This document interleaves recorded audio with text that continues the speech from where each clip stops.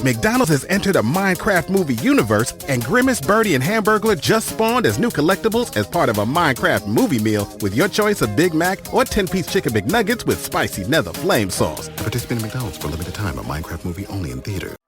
Everyone deserves a chance in the driver's seat. For GM and Revolt, that means leading the way on the road to an all-electric future and envisioning a world with zero crashes, zero tailpipe emissions, and zero congestion. GM's committed to making EVs accessible for everybody. That means you too. So what are you waiting for? GM's got the keys. You grab the wheel. Learn more about an all-electric future and the 000 initiative at gm.com. GM, everybody in.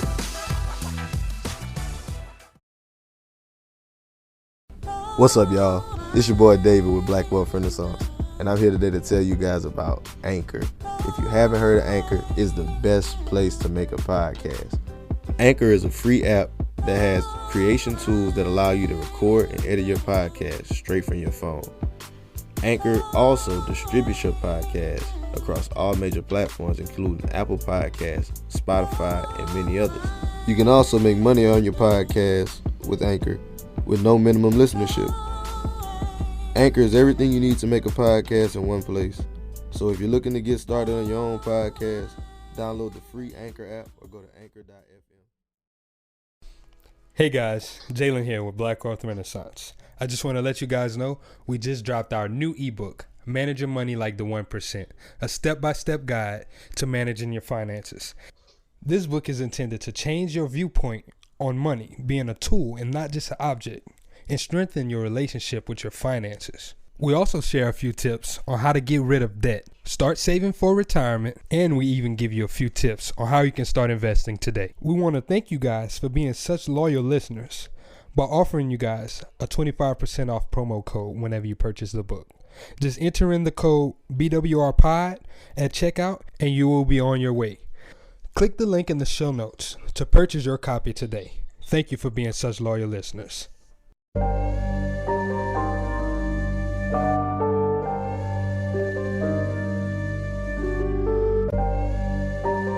know the rules of the game. Yeah. If you know the rules of the game, I don't care what color. Can you make me 100 million? Let's talk money. Can you make me that? If you can't make me that, I don't want to talk to you. You shouldn't even be at this table. Hey, I got money on my mind. I'm just trying to get some dough. I ain't picking up my line unless it's money on the phone. Gotta get it on the daily. All I want is dubs. You know what I'm on. I've been chasing after paper. All I know is run money marathon. Do 5 years of this and be a millionaire and go on do what I want to do, have kids, go live my trip and join the games life out here in Texas, or struggle for the next 10 years. The choice is yours. What's up, guys? Welcome to the Black Wealth Renaissance Podcast. Our goal of this podcast is to normalize black wealth and share helpful resources and tips we believe will be useful in attaining and maintaining generational wealth. Please feel free to rate and comment on our podcast. We would love to hear all feedback you have. Now, enjoy the show. Welcome, everybody, to another episode of the Black Wealth Renaissance Podcast. Your boy, David Ballard, 1/4 of the Black Wealth Renaissance, checking in on my co-host. Fellas, how y'all feeling? What up, y'all? It's your boy Jalen checking in again. Back at it. Love to be here. How y'all doing, bro? Going on, everybody? Kelly here, checking in. What's good? What up? It's your boy Jerry checking in. How y'all boys doing today, man? How y'all feeling, man? Feeling lovely, man. It's ecstatic, bro. It's beautiful Sunday. Beautiful Sunday, man. Temperature just right. Man. And we got a very special guest on the podcast today, man. We definitely thankful for her taking her time out of the schedule. We saw like this article on Instagram of this black woman who was a VP of an aviation airline. Yeah. And I was just like, man, what? And then I just kept on seeing it. So I was like, you know what? We got to look into this. We ended up DMing her, got a DM back. And ever since then, we got on. We want to say thank you to Ms. Rexy Rolle, the VP of Bahamas Airline, Western Bahamas Airline. Thank you guys for having me. Like I told you guys earlier, I think it's amazing what y'all are doing, making it a practical approach when we're thinking about Black entrepreneurship, Black wealth, and giving people daily inspiration and as well as practical information as to how to proceed in business. So thanks for having me. Thank you. So we just gonna kick it off, and we want to know. Well, we really get our guests to introduce themselves to the audience. You know, where you're from, how did you get started, what you're doing now, and kind of like what was that process? What kind of swayed you to that area? Right. Well, that's a loaded one. Well, so currently I'm VP of Operations and General Counsel at Western Air, and that's an airline based out of the Bahamas. And essentially, it is also a family-owned and operated company. It was started by my parents in 2000, and our inaugural flight was in 2001. I was 12. And it literally started with just the idea was just to have one aircraft. And my dad is a pilot by trade. Well, he doesn't fly anymore. If you haven't seen, he has a really big stomach, so that's over. But back then, he was a private pilot, and my mom was a stay-at-home mom. And basically, the idea was just to try to finance one aircraft to go from where we're from, Andros, into the city. Because as you could imagine, the Bahamas is separated by water. And so if you want to go to the hospital, if you need to go to the court, if you need to do bulk grocery shopping, you have to go to Nassau. So if you're not going on the boat, the other alternative is obviously to travel by air. And so that's the general context that everybody's used to flying on smaller aircrafts. And so at the time, we had the national air carrier, Bahamas Air, which is still around. But they were busy with a lot of other routes. And so we saw an opportunity. In fact, my mom and I got stuck on the airport for most of the day. And we came back home to my dad and we were like, there's got to be another way just to get from one island to the next. It's 15 minutes. There's got to be another way. So that's really how that kind of started. And, you know, my folks are very young. And so I like to say we grew up together. And they were the kind of parents that made me involved in things that I did not want to be involved in, going to aircraft inspections, meeting with aircraft brokers at 12, 11, 10 years old. And so it became a passion of mine as well. And then, of course, as you know, in any good business, if you are expanding, you also will feel a lot of struggles, a lot of challenges.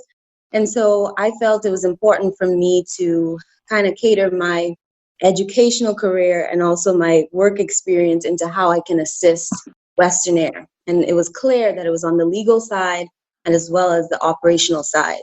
Sometimes you could have the whole idea of how something works, but as you guys know, there's a lot that goes behind business and structure and documentation and improving the internal structure of a company.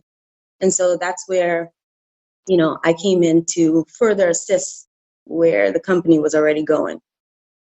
I love it. Yeah, some gems in that one. It is. And it's like, to me, it's really like a true example of like building generational wealth. Yeah, and planting those seeds, man. Is like from generations that you see in a real time. Like you at 12 years old there with your family. That's dope. Like, and seeing you build into that person, now you providing way more value to the organization than they probably even thought y'all would have needed at the time.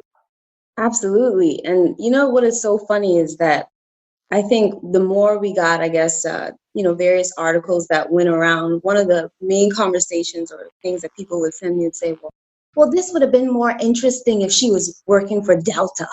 This would have been more interesting if she was working for, you know, JetBlue or something like that. And no offense to those airlines, of course, they're amazing.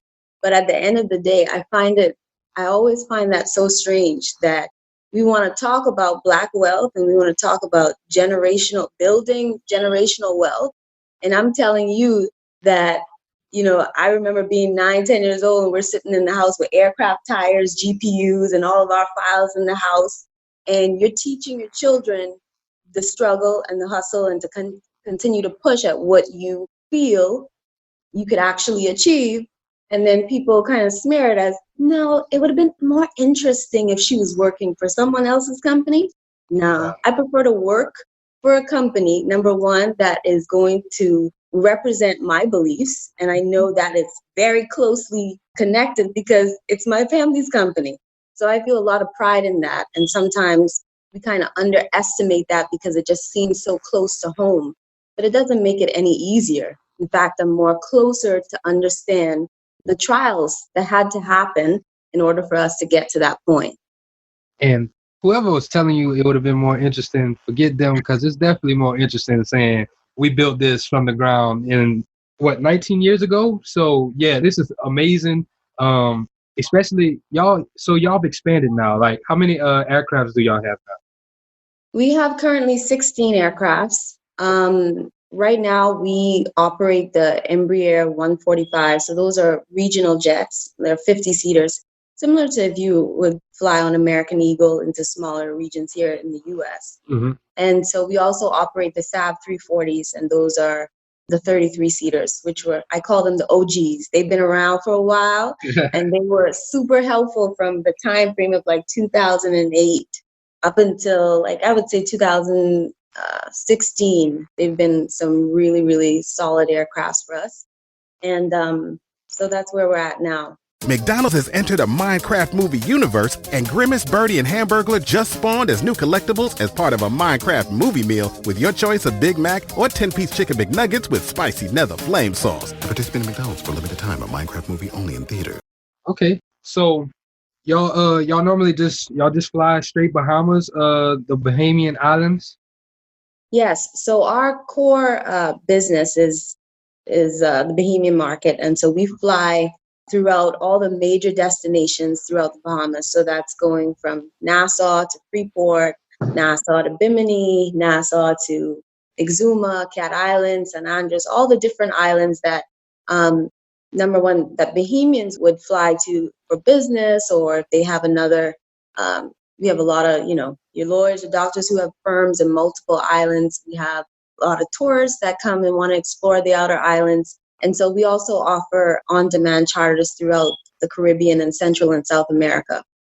And so Freeport, Grand Bahama, is considered like the second city in the Bahamas. And so we fly between Nassau and Freeport at a minimum of 10 to 12 times a day. And so we're busy. Hey, that's good. That's amazing to hear. Yes. So I want to know, like, how do you go from just having a plane to becoming an airline? Like, what does that process look like? That's a good question. So, like I said, the initial goal was one aircraft. However, I like to bring God in everything. So what happened was the aircraft broker who my parents were dealing with, he recommended an aircraft financier. And this financier basically was losing a lot of money because he had 3 aircrafts that were sitting in Argentina at the time. And during that time, the Argentine economy had really taken a downturn. And so he said, I like what you guys are trying to do. How about instead of 1 aircraft, you guys take 3 and take them off my hand? I'm not making any money off them anyway. That's the God part that I like to say, because it didn't necessarily have to work out that way. And so instead of 1 aircraft, we were starting off with 3 Metro 3s was the name of that type of aircraft at that time. And so once we started, the aircraft sat actually for a good year. And if you could imagine how scary that was in terms of making that investment and you're not getting any sort of revenue, but the Safety Oversight Department, or the FSI at the time, wasn't really fully developed in the Bahamas. There was, of course, civil aviation, but there was another department needed to kind of regulate an airline that wasn't the national air carrier. So that in itself was the struggle. But the reality is outside of the start of that, it became consistency. At the end of the day, people just want you to fly them from point A to point B safely, on time, and with their luggage. And consistently. They want to be able to rely upon you. And so that's really what it was. So as soon as we began, just from San Andres to Nassau, it was just pup. Every other hour we were flying. And so when the national air carrier was coming into that location, maybe twice a day, we had already done 5 or 6 flights. So that kind of, we also were aggressive, so that kind of consistency would make people say, oh, I want to get where I'm trying to go. I don't have hours and hours to wait. I'll hop on Western Air. That kind of, and then we would always put on additional flights. So we weren't stuck in this box. Okay, we only present to you 2 flights a day. Nah, you want to go? There's enough people that let's go. That's the way how we started. And so other communities started requesting our service, and that's the way how we got into the other islands, just being consistent. Y'all like the black Uber of air care. Right. right. So no shame in that game. And with that, I wanted to ask, so you say y'all got 3 planes, but your dad is the only pilot. So the next challenge is finding more people to fly. So Right. But my dad was never going to be a pilot for the aircraft. The idea was he was always going to, assist with the operational part and run it. So we initially, remember I told you the Argentina economy had taken a downturn.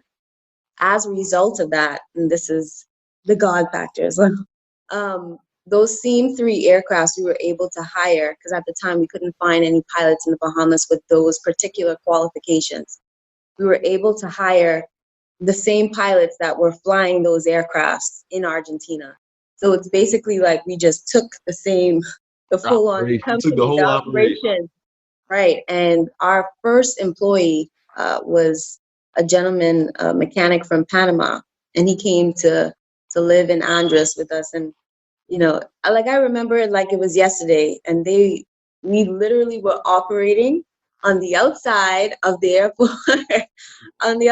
airport, and just taking it one day at a time. And every day, my aunts and my cousins were the ones who were the ticket agents in Nassau. My aunts were the ticket agents in Andres until, we continue to grow and hire additional people. I love it, man. Humble beginnings and just like consistency in the grind. That's a true lesson for businesses. Just like that lesson on consistency, because it's not even just like in that industry. That's something across the board. Everybody wants consistency from any business. It don't matter what business you're in. Absolutely. And one cool thing I wanted to take out of there too, I like that you said that your dad always had the plan to not be a pilot. He was supposed to be part of the operations. Like a lot of people don't get that key step in there of like, how am I going to remove myself from this business? How is it going to run without me? And he already had that planned out from the beginning. I think that's really cool. Oh, absolutely. And then, I think you have to take full stock of your business and see where you are most beneficial. Pilots are incredibly important, and you want them focused on their functionality, period. They don't need to be thinking about, I need to send the fuel check. No, you want your pilots focused on precisely what they are doing, and that's flying people from point A to point B safely. So I think he recognized that from earlier on, that he would be operating the company instead of flying. So which gave him even more leeway to, drink and eat and get bigger and all this jazz.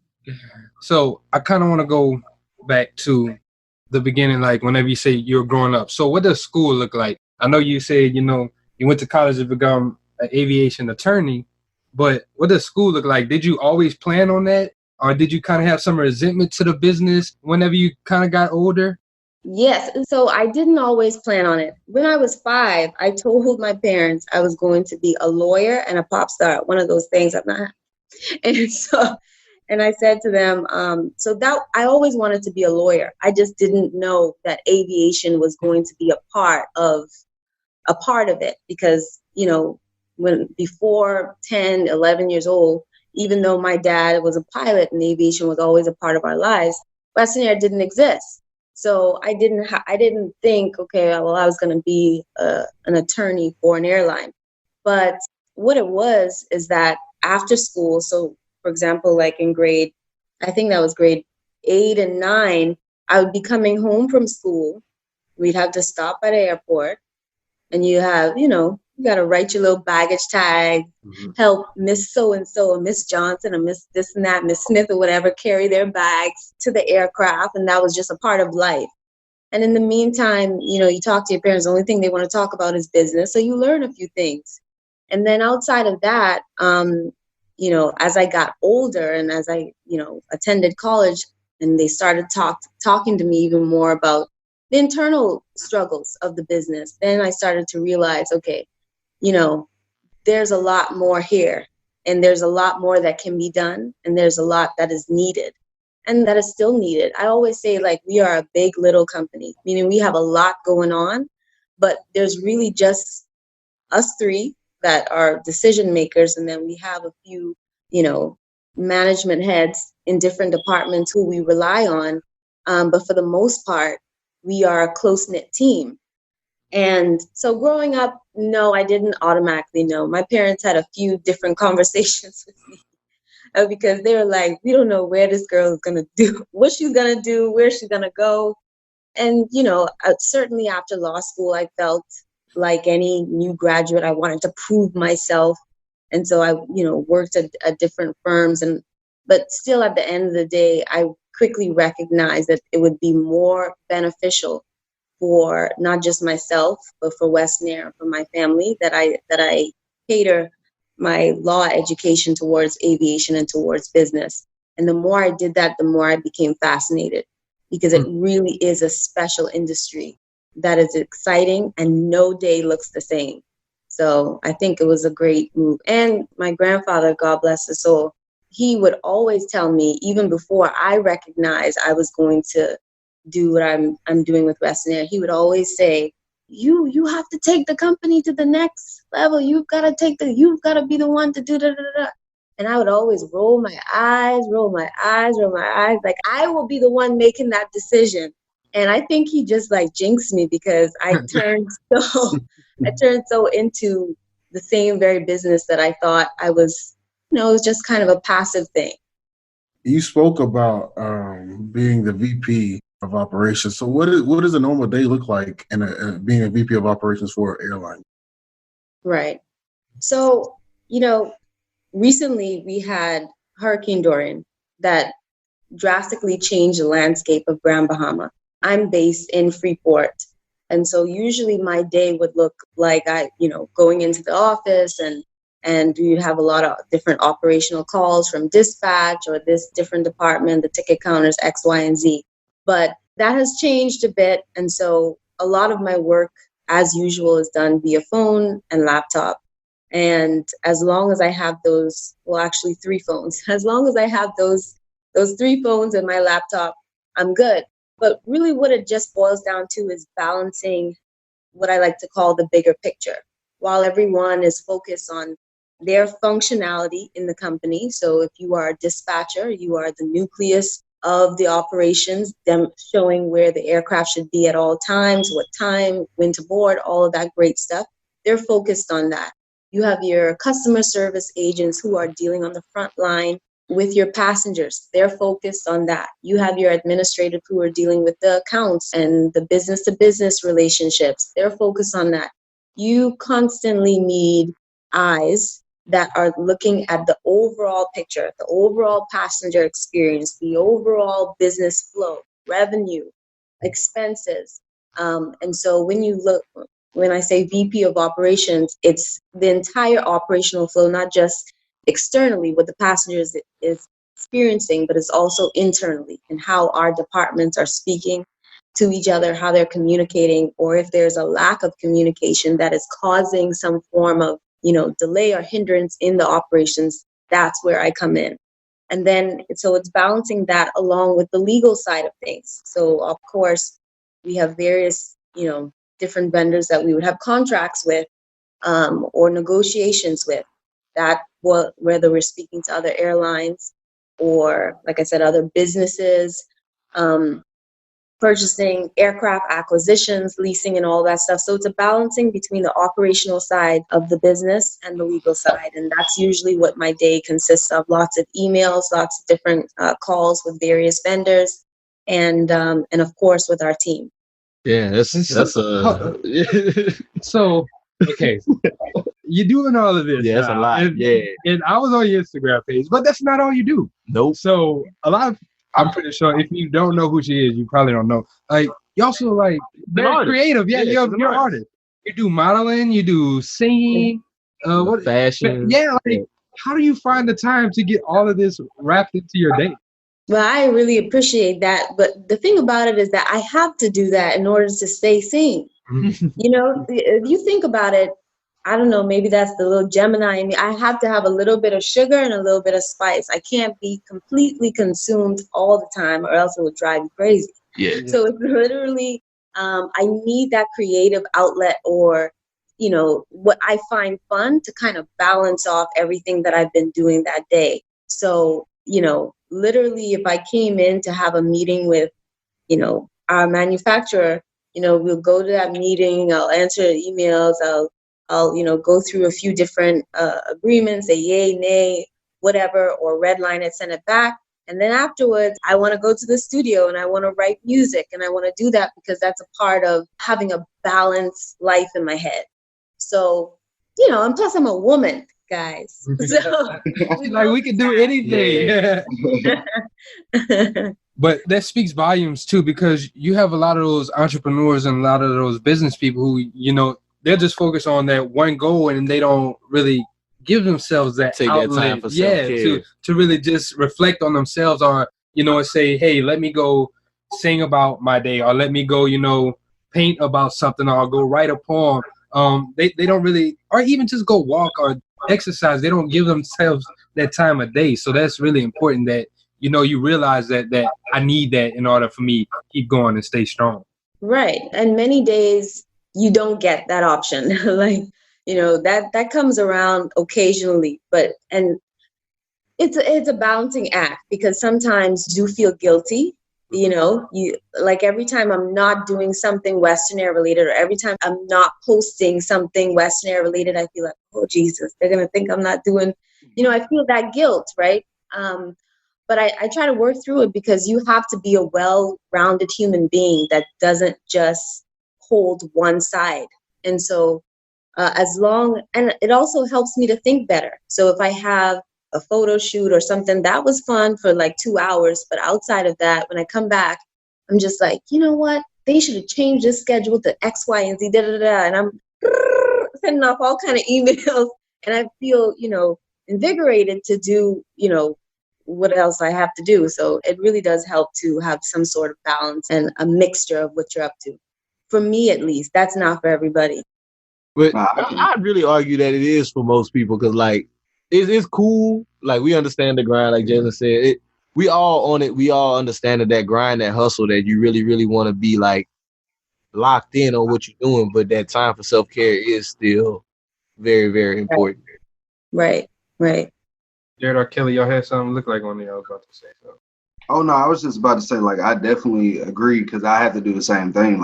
I have to take a second and stop because if you don't, you'll run yourself, into a hole, just going too hard at stuff or, then you start to get impatient or you'll start to be trying to rush things or, it'll mess up more than it'll help when you go too hard with your mission sometimes. Right. So I did want to go back to the being an aviation lawyer. Can you explain to the following, exactly what exactly that is and what kind of things that you do on a daily basis for just that aspect? Right. So aviation law is, there are a lot of sections, and aviation in general, I think the lay public may not necessarily realize there are so many different angles in which you can practice aviation law. Besides airline, there's of course general aviation. And, there's just a lot of different facets, manufacturing parts, all of that jazz. But for me specifically, I obviously am focusing on aircraft acquisitions or aircraft financing. So there's a lot of documentation and work that goes along with that, as well as the regulation side of it. So that would be dealing with the FAA or dealing with more so I deal with Bahamas Civil Aviation. We are right now in the process of our licensing with the FAA to be able to fly to the U.S. And so we would have more, going on with the FAA. But for the most part, being a liaison between the company and those authorities are critically important. You have to be able to respond in a timely fashion and really be very succinct with what you're saying. And so it's a balancing between transactional work, which is really just straightforward contracts, and negotiations, emails, a lot of back and forth of how things shall proceed. And then on the other side is compliance, complying to different regulations and seeing how much flexibility you have, as an airline or as an operator under those regulations. And I kind of want to, since we're in the attorney part, I know David wanted to talk about the. I know it doesn't really pertain to the market that you're in, but I know he wanted to bring up the Boeing situation. So the whole thing with Boeing and the 747 Max or 737 Max, they grounded recently. Well, not recently. It's it been like months and stuff, but just kind of. I wanted to get somebody who's inside the industry, especially since you're a lawyer, like your insight on that whole situation. Right. Well, he's like, that's a mess. I can see it in your face. that's a mess. And, there were a lot of conversation going on in terms of what was actually known and what was discussed. And, let's just say I don't want to go there. But what I will say for the most part is that it was a terrible situation for the aviation industry in general. And I think different civil aviations have to do what is right for their countries. And I think that's why you would have possibly seen a delay in different aviation authorities reacting to that situation after the fact. The NBA playoffs are here, and I'm getting my bets in on FanDuel. Talk to me, Chuck GPT. What do you know? All sorts of interesting stuff, even Charles Barkley's greatest fear. Hey, nobody needs to know that. New customers bet $5 and get $250 in bonus bets if you win. FanDuel, America's #1 sportsbook. 21 plus and present in Virginia. Must be first online real money wager. $5 deposit required. Bonus issued is non-withdrawable bonus bets that expires 7 days after receipt. Restrictions apply. See full terms at FanDuel.com/sportsbook. Gambling problem? Call 1-800-GAMBLER. I would say that Boeing is actually purchasing our manufacturer for the Embraer 145s. And Boeing, at the end of the day, is, if not the greatest, one of the greatest aircraft manufacturers that in the world. And I think the question that constantly arises is how much was known and at what time frame? Because it's just so incredibly tedious and so thorough when you release a new aircraft, right? There's so much testing. And even when you are not purchasing a new aircraft and you're purchasing a refurbished aircraft, there's just so much that goes into it. And so if you are an outsider like myself, but you're in the aviation industry and you're looking in, you're saying to yourself, well, how did that go unnoticed? Or did it really go unnoticed? Mm-hmm. And yeah, it just raises a lot of questions. And with that being said, it's not impossible. Yeah, we're all humans. We make mistakes. But I think when it comes to aircrafts and an aircraft of that nature, of that magnitude, that's worth so much, you put a lot of money and a lot of resources to avoid the same situation. Nevertheless, it does happen. And it does demonstrate that, again, human error is incredibly possible. So it's a nightmare of a situation for any airline that would have purchased or kind of pre-ordered those aircrafts from before. And so it will be a long time before they will really be able to fully understand how that managed to even get to that point. And I will say that it's really important for smaller airlines, much smaller airlines, to even understand. That's why it's important to really continuously speak to your people. Our pilots, we're all on WhatsApp and messages and explaining those things and explaining what they feel from the aircraft, X, Y, and Z, for the same very reason. And not to, I'm sure other airlines have their own protocol as to how that is done. And for us, we're more of an intimate team, and we talk consistently. They talk consistently with the maintenance department. And it's just about constant communication and not avoiding that communication. But I will say no one is above error. And that's just is what it is. Boeing is the best in the world, one of the best in the world. And still, no one is above error. Interesting insight. Yeah, it is. You made me think about it from a couple of different perspectives. I know the biggest thing that whenever I first initially heard of it, because I listened to the Wall Street Journal, yeah, they were talking about like whenever that part of it came out, I was like, whoa, so you mean to tell me that maybe they did know? Because then that was like a whole different side of things that I didn't even consider. I just thought it was like an unfortunate incident. Yeah, that just like an anomaly that. Yeah, like why would it happen twice in such a short period of time, and then it comes out like that? So it's just like it's interesting to hear your perspective. I appreciate that. Yeah, well, I'll say like even once we started flying the Embraer 145s, with Bahamas Civil Aviation, there are a few different steps. Once they were purchased from Embraer, we conducted various tests, tons and tons of tests, right? Test flights and inspections, X, Y, and Z. Then you come into your, civil aviation authority, and you have to conduct different inspections and different tests as well. And so alongside that period, even before any sort of paying passenger goes on that aircraft, you would have done hours and hours. We would have done hours and hours and hours of just flying, empty. And so with that being said, I'm sure they would have done an abundance of that as well. And so it's kind of hard to try to understand, well, how did that, leave? Why was that left and not further discussed more at that point? And sometimes, there's a lot of technicalities involved in it. I think they felt as if it was something that could be controlled, from what I understand, from the flight deck. And so I'm not a pilot, and I'm not going to say that, they were right or wrong, but I will say there was a lot of discussion that probably could have avoided possibly that. I think this kind of opens, and this just might be me, like a broader conversation, really, on some things with capitalism in large industries.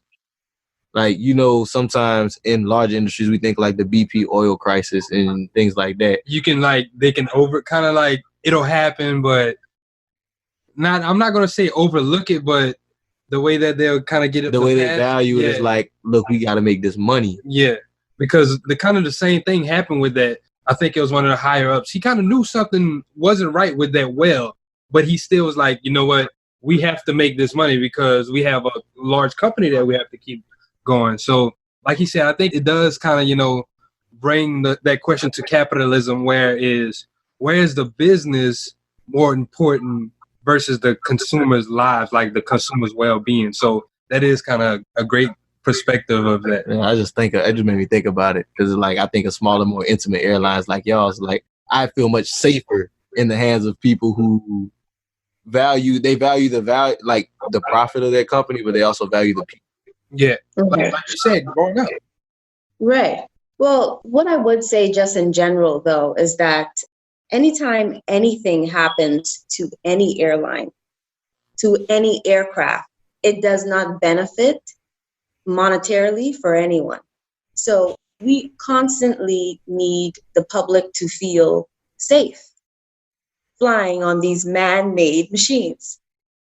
The reality is that human error is possible, but at the end of the day, what is most critical is being safe. And if you want to talk about, of course, capitalism runs the show, but even if their focus is just money, then their focus is being safe. Because if they are not demonstrating safety, then the industry does not make money. Right. So I'm sure no one wanted something like this to happen. And I'm sure that definitely wasn't the intent. And I'm sure safety at the end of the day would have been the priority, because safety does equal money if their mindset is money. So, like I said, no company, no matter how great they are, is above error. And I think that's a slept on benefit of capitalism. Like when you look at it in the grand overall scope, people have a incentive to give you the best product or the best service, because at the end of the day, that creates more capital or more revenue for them at the end of the day. If I give you iPhones and they start to explode, you don't want to buy iPhones anymore. So I have to it's a very, very good product before I give it out to you. So like you said, if anything bad happens in the air industry, Now, anybody that feels a little bit less safe riding a plane, that creates issues for everybody. So it's like, I definitely, I think that's a slept on benefit, and I feel where you're coming from for that. Yeah, it's a benefit to give people good service. It's a benefit to give people a quality product. Everyone wins. And so, yeah, I think that really is at the core of a successful business. If you really are good to people, they will respond. So I kind of want to get into some of the not really struggles, but the pain points of being in the aviation industry, and especially since, you know, we are Black. I don't know too many Black people in that space. So what are some of those, you know, challenges that you have to really face on not really just a day-to-day basis, but in that space? Probably the underestimation is really annoying. And you know, I recently had a conversation with a representative from another airline, and I was under the impression that they wanted to work with us based on mutual friends, not friends, so mutual associates that would have tried to connect to us. And in the conversation, it was just very apparent and condescending as the way how they thought we ran our operations. Oh, so what are you guys doing? Like flying like twice a day? Oh, it was very passive and condescending, in my opinion. And that's no, you know, offense to them. It's just clearly what they naturally think. And the reality is that because we are grassroots operations and a lot of our business has not involved the online presence or had to have been so dependent on the online marketing, we come across like a very homely company, and that's exactly what we are. But don't let that like completely fool you as to what exactly we're doing every day. And so when it comes to being Black, now the Bahamas is a predominantly Black nation. However, if you are in the world of aviation, you are a minority at the end of the day. And so it's just a matter, like many Black businesses, it's fighting to get the things that you know that you are entitled to and that you know that you deserve, meaning the quality of service, the correct products, the quality of the products. And there sometimes could be, you know, a bit of discrimination, whether that's race-based, whether that's economic sizing based, because, you know, Westerner is not Delta.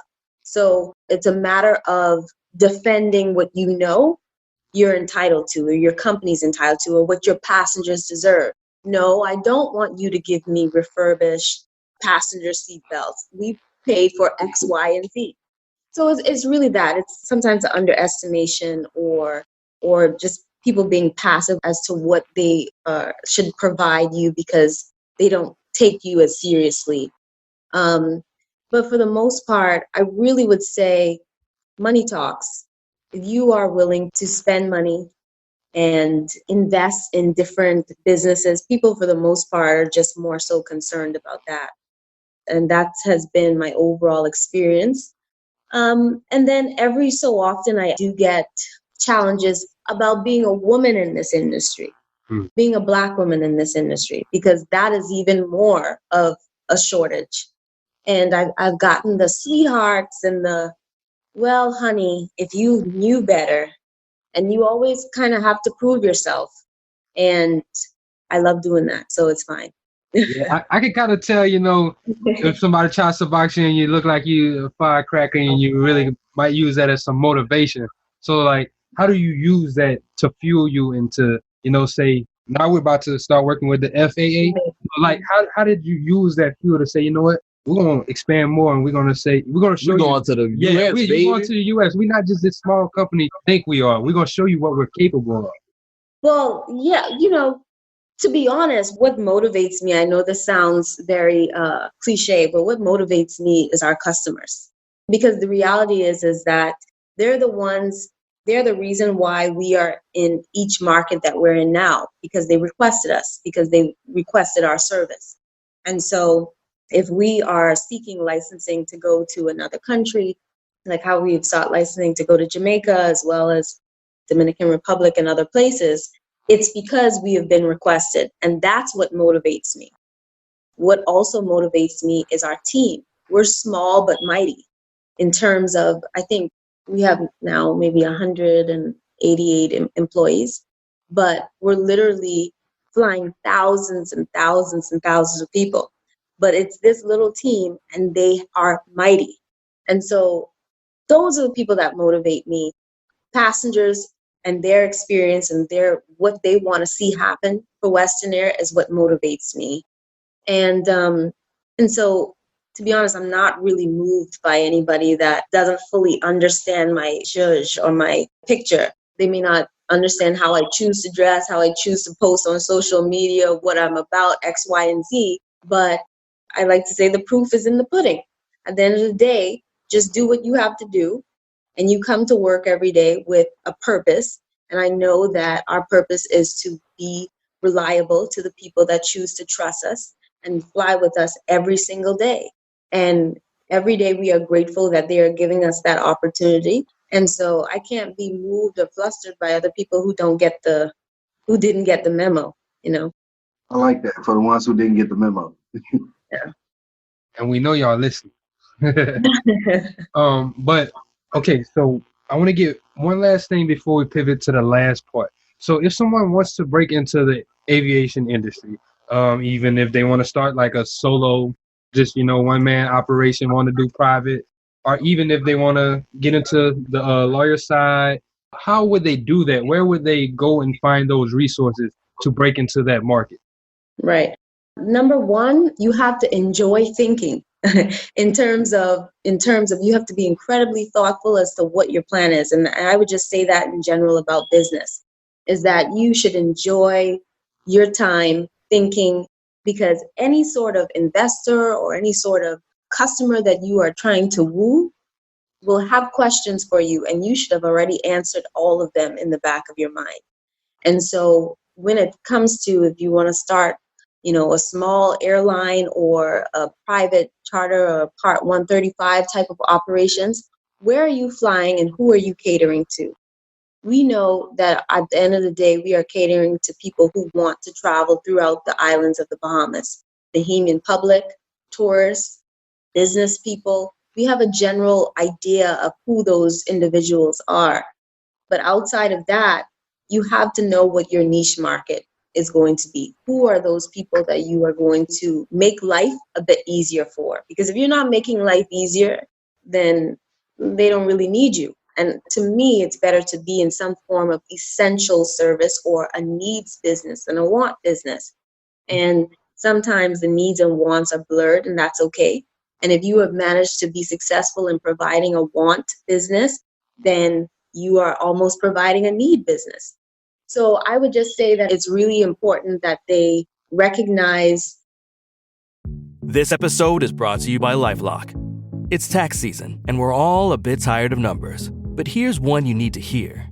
$16.5 billion.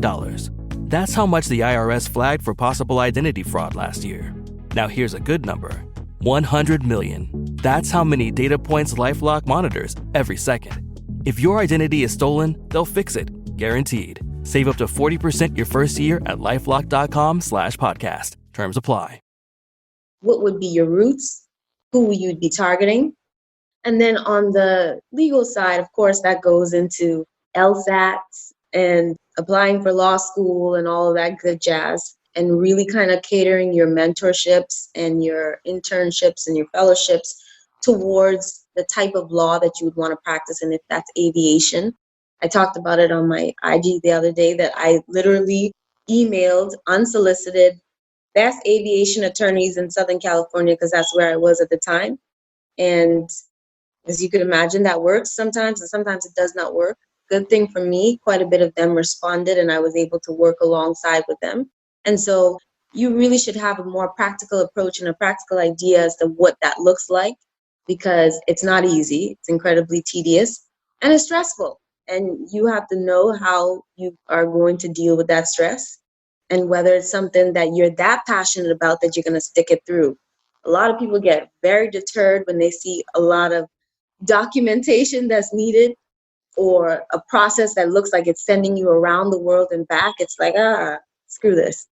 So you have to have, the passion for it so that you are able to sustain yourself more longer term. Thank you. I love it. Yeah. So with that, we're going to pivot to the last segment of the show. We're going to do what's on your timeline. So Rexy, we want to ask you something that you've seen on social media that you think is impactful or important that you just want to talk about. All right. So I follow Sarah Blakely, and she is the owner of Spanx. And I think she was the youngest female billionaire. I'm not too sure, but she's the youngest female billionaire, and she created Spanx. You guys know Spanx. Yeah, we know Spanx. I don't know Sarah, but I know Spanx. Right. Okay. Well, one of the things that I heard that she said, it was a recent post, and she said one of the things that every human being has $1 million idea, has $1 million idea in them. And what stops us from achieving that $1 million idea or bringing it to life is fear of failing. And it's so incredibly true. We live in that era where we're so, afraid of what other people may think. And sometimes we think that our ideas are not good enough, or we feel like if we haven't seen it be done before, that it's not possible. And the reality is that everything had to have a first. And so it's all about taking that risk and not being afraid of going after what you feel is possible, or going after what your ideas are that have come to you. So I thought that was really interesting and powerful. And then just one other thing I also saw was just the importance of understanding your purpose in general in life. And not everyone is going to be an entrepreneur, and not everyone is going to be an employee, and there's no shame in either. And sometimes your purpose is attached to someone else's vision, because sometimes visionaries are not always doers, or are not good at implementing or enforcing things. And there have been many people who have become millionaires off somebody else's vision. And so while I'm 100% pro Black entrepreneurship, Black businesses, and I certainly want people to create ownership of their own ideas, but understand how we can help build each other, and still create wealth between each other. But we have to work at what our strong suits are. Some entrepreneurs are extraordinary visionaries. They have these fantastic ideas, but they will never sit down and continue doing permits and licensing and all the jazz that is necessary. So it never gets done. So somebody has to do that. And so there's no shame in being a part of a team, and still creating wealth along the way. So that's just what I would say in general. That's a great way to end it. Like, I don't even want to say nothing after that, man. Look, I'm gonna mess that up. So look, we want to say thank you for coming on. Thank you guys. Sharing all your knowledge, your expertise, and your story. We really appreciate it.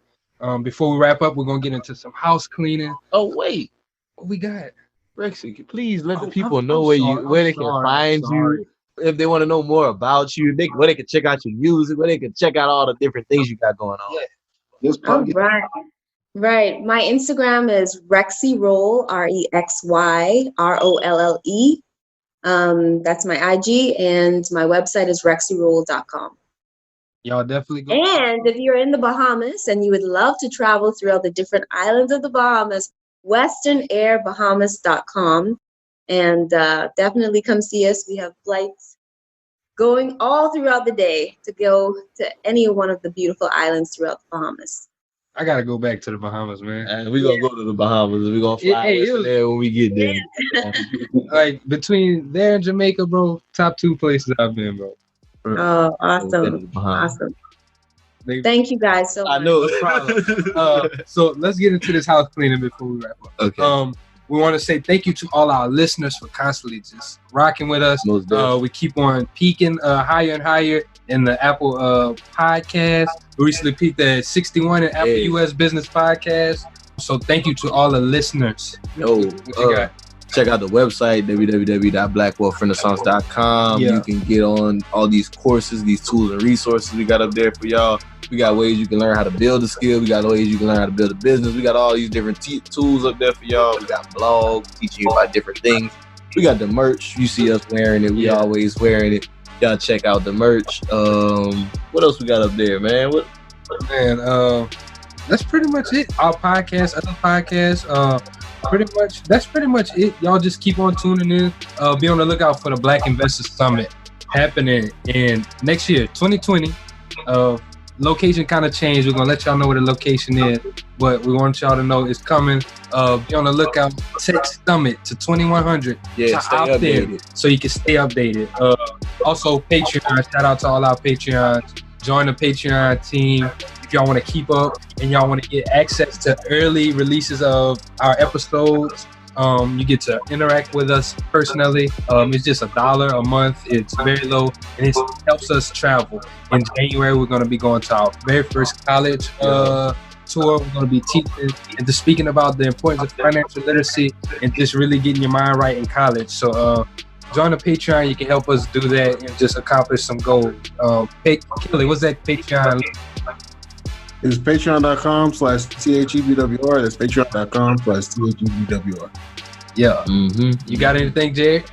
Hey, y'all just make sure you sign up for the email list and stuff as well. We're going to be sending out a lot of updates and a lot of just keeping you updated on what's going on, what's available, all the resources and information. We'll be doing that as we go. So make sure y'all sign up there so you can keep in touch with us. And on that note, this is Black Wealth Renaissance signing out. Peace. I got money on my mind. I'm just trying to get some dough. I ain't picking up my line unless it's money on the phone. Gotta get it on the daily. All I want is dubs. You know what I'm on. I've been chasing after paper. All I know is run money marathons. I got money on my mind. I'm just trying to get some dough. I ain't picking up my line unless it's money on the phone. Gotta get it on the daily. All I want is dubs. You know what I'm on. I've been chasing after paper. All I know is run money marathons. You can catch me with it.